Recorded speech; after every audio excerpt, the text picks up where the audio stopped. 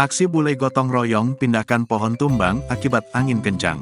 Viral di media sosial, beberapa orang bule memindahkan pohon tumbang di jalan raya akibat terjangan angin kencang yang terjadi pada Senin, tanggal 2 Januari tahun 2023. Bule-bule itu melintasi jalan raya Tanah Ayu Sibanggede, Denpasar, Bali.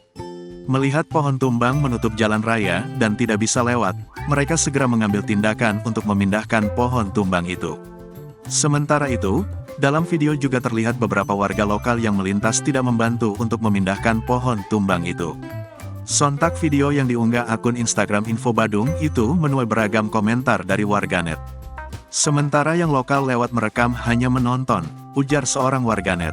Sebelumnya peringatan dini cuaca ekstrim di wilayah Bali sudah dikeluarkan oleh forecaster on duty BMKG Bali pada tanggal 2 Januari tahun 2023 mulai pukul 12.00 sampai 17.30 WITA.